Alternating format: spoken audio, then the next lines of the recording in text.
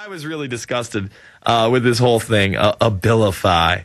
I mean, marketing drugs to the drugged masses. So it almost makes people who are not on psychotropic drugs, who are not on medication, feel like, why ain't I on? Look at all this great stuff people are on. And then, of course, there's that market out there that, the people that abuse Adderall and just take it to take it. And I don't know what's wrong with people. Folks, come on. I'm not saying I'm perfect. I'm not saying don't step out and have a brouhaha once in a while or, have a little bit more fun. Everything in moderation. You don't need to hook yourself on Lexapro only to hook yourself on Abilify. I mean, look at the woman on here too. It's like she's concerned that she's not happy enough. Yeah, oh yeah, she's like she's like, you know what? Maybe I'm not happy enough. I mean, these drugs, just more drugs, please, more drugs. So, gee, I wonder if this Indonesian prime minister might be right about boosting profits for pharmaceutical companies. See, it goes beyond that, and I wouldn't doubt that she's probably said that this was a eugenics program and it's also population control. But this is what is this off of ABS News, ABS-CBN News?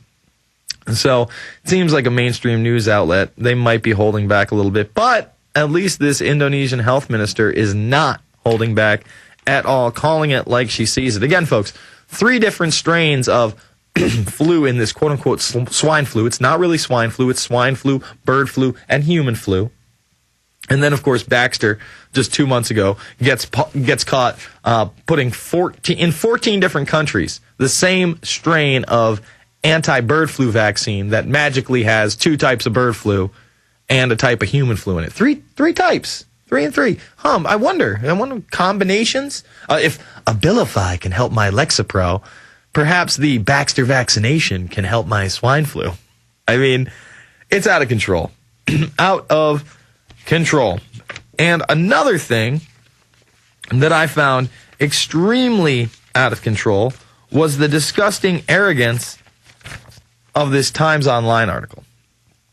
And this Times Online article is 9/11 conspiracy theories. The truth is out there, just not on the internet.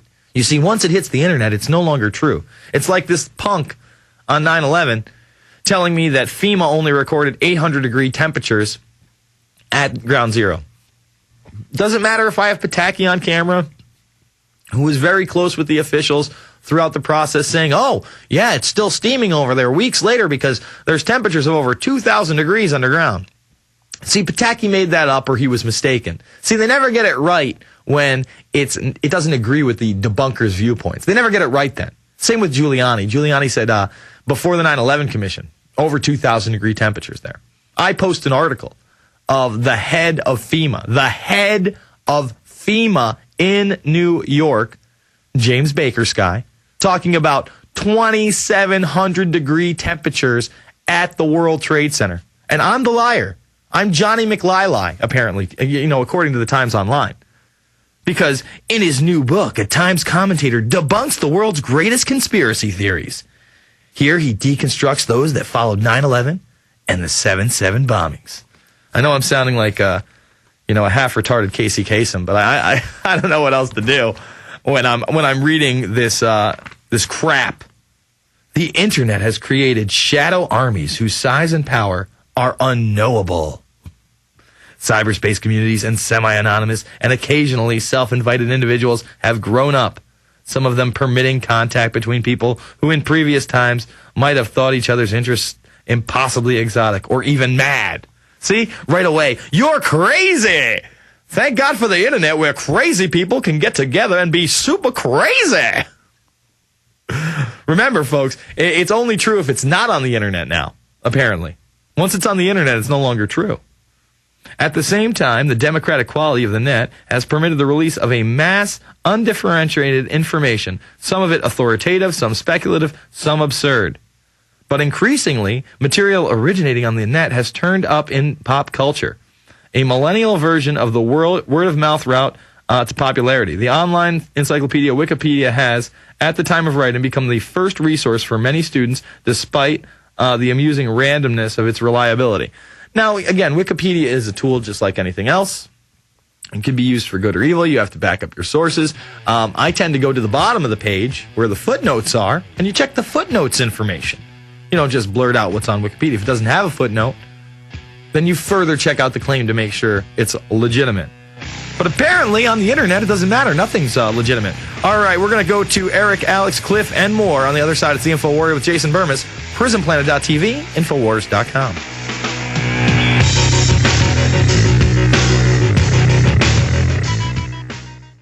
The GCN Radio Network, providing the world with hard-hitting talk radio. GCN, great talk radio starts here.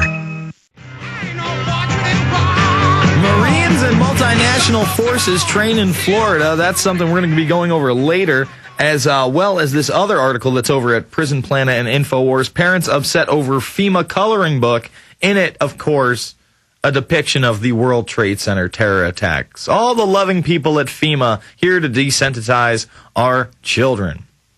All right, I said I'd go to your calls, and I do want to cover more in depth this 9/11 article, this conspiracy kook article out of the Times Online, but we'll do that later in the show. Let's jump to Eric in Pennsylvania. Eric, you're on the line. Hey, Jason. I think I picked a bad week to stop drinking.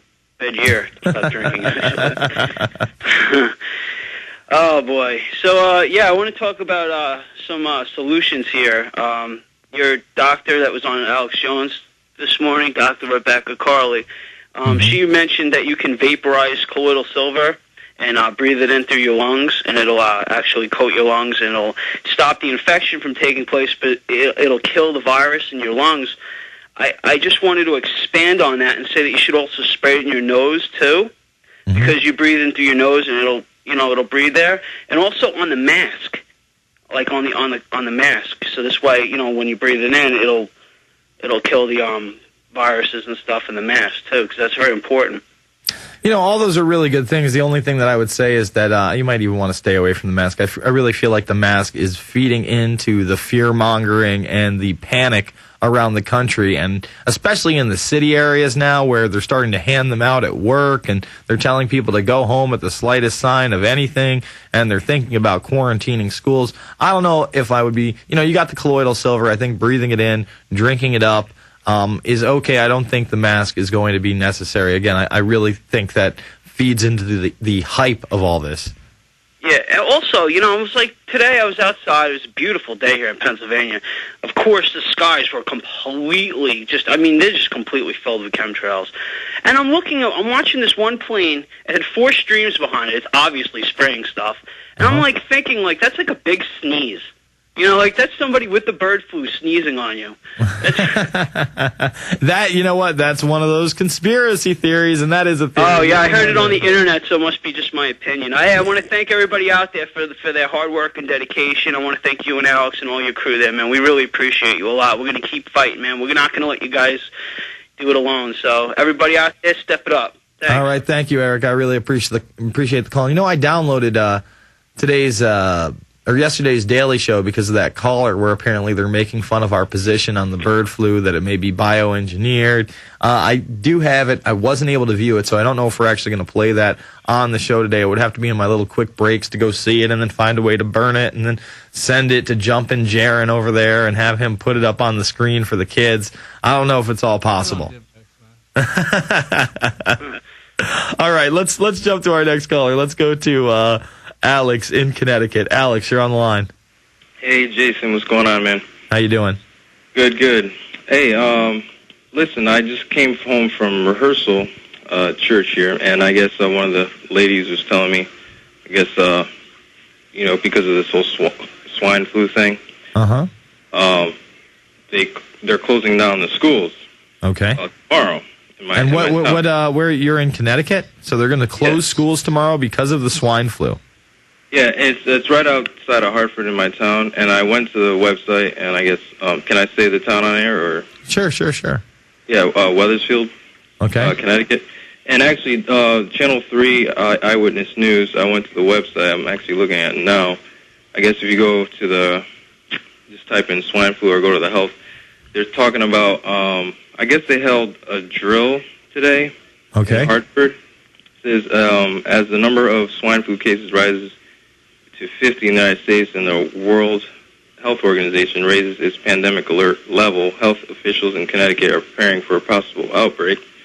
And I guess the Capital Region Emergency Planning Committee planned to hold the drill at South Church schools and hospitals across the state.